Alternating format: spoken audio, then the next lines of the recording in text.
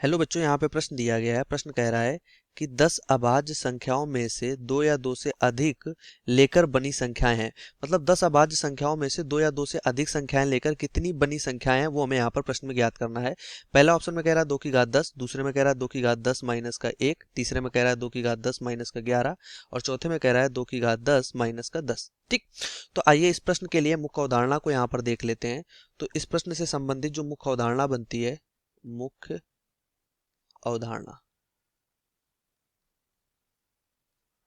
ठीक, तो प्रश्न संबंधित मुख्य अवधारणा ये बनती है कि हमारे पास एक गुणधर्म होता है कि जब NC0 plus NC1 plus NC2 plus NC3 ऐसे ही डैश डैश डैश NCN तक है तो ये बराबर होता है 2 की घात n के।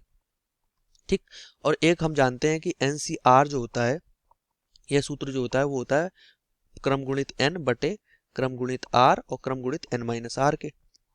ठीक है, तो इसी मुख्य अवधारणा के आधार पर इस प्रश्न को हल करते हैं। अब कह रहा है 10 अभाज्य संख्याओं में से 2 या 2 से अधिक संख्याएं हमें लेनी है। तो मान लो हम पहले क्या करते हैं, 10 में से 2 ले लेते हैं, फिर 10 से अधिक भी ले सकते हैं, तो 2 से अधिक भी ले सकते हैं, तो मान लो हम 3 ले लेते हैं, फिर 4 भी ले सकते हैं, 5 भी ले सकते हैं, तो ये हो जाएगा 10C5। ठीक, या फिर हम 6 भी ले सकते हैं, तो 10C6 प्लस 10C7, यहाँ से C भी आएगा तो 10C7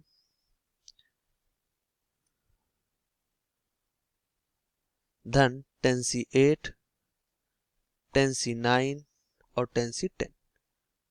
ठीक, यहां से हो गया 10C10 तक। हमने क्या किया, 10 में से 10 संख्याओं तक का ले लिया, 10C9 और 2 से स्टार्ट किया था और 10 तक ले लिया।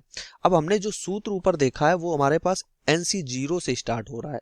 तो यहाँ पर हम क्या करते हैं, इस प्रश्न के लिए हम यहाँ पर क्या करते हैं, 10C0 को जोड़ देते हैं और 10C1 को जोड़ देते हैं, ताकि ये क्या हो जाए, 0 से 10 तक का पूरा क्रम एक बन जाए। ठीक, और इसको अगर जोड़ा है तो इसे हमें घटाना भी पड़ेगा, तो 10C0 घटा भी देते हैं और 10C1 भी घटा देते हैं।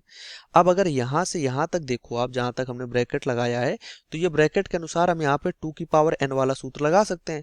तो 2 की घात n हो जाएगा और n की जगह यहाँ पर 10 है तो 10 हो जाएगा माइनस।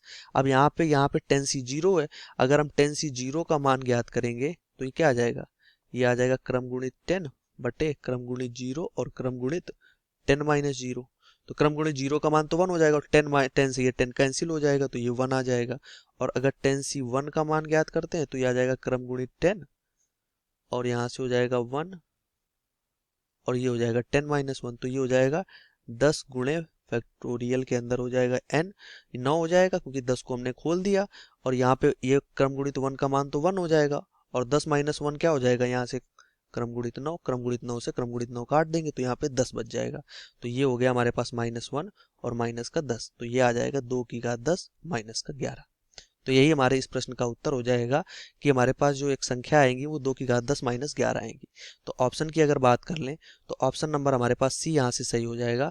तो आशा करते हैं इस प्रश्न का उत्तर आपका समझ में आया होगा। धन्यवाद।